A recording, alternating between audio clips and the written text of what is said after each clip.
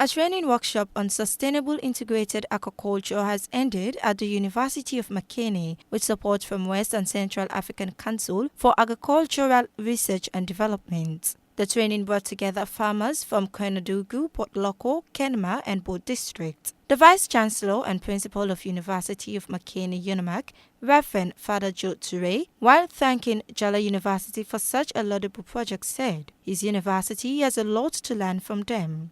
After 50 years, I want to say we need a rethink of our model of development. And I think this conference, and I think Ujala University is leading the way in a rethink of the model of development that we need. Agriculture is the mainstay of our economy. Agriculture is sustainable.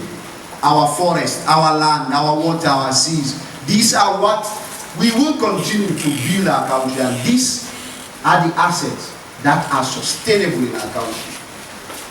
When I was asked to talk about aquaculture, sustainable aquaculture, I think it came at the right time. And in the midst of a rethink and an economic emergency and a call for economic diversification, I think the premium should be agriculture. So I want to encourage and thank our partners and thank the initiators of this conference, of this seminar, of this workshop, that we really have to help our people, help our farmers, where we have a competitive and comparative edge, and that is agriculture.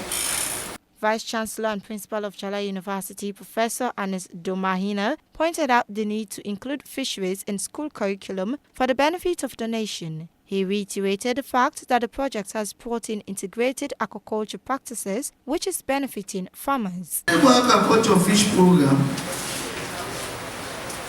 as we already know, is sponsored by CORAF and WACAD as a multi-donor funding arrangement. It's run by and coordinated from Jala University. Now, one of the things that this project has done, which others have never done, is an attempt to bring in integrated aquacultural practices. The Ministry of Agriculture, I remember, during the NPLC time, set up a model at Ogu Farm.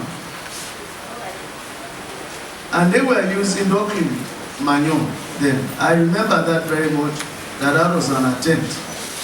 And if you go back to history, the first fishing station for aquaculture was actually set up in Makani. Now, when you read the records, they tell you it's 1972. It's actually 1968. It was started by the Peace Corps movement. Now, you find out that the GTZ had also established some ponds in the 1990s, but it failed.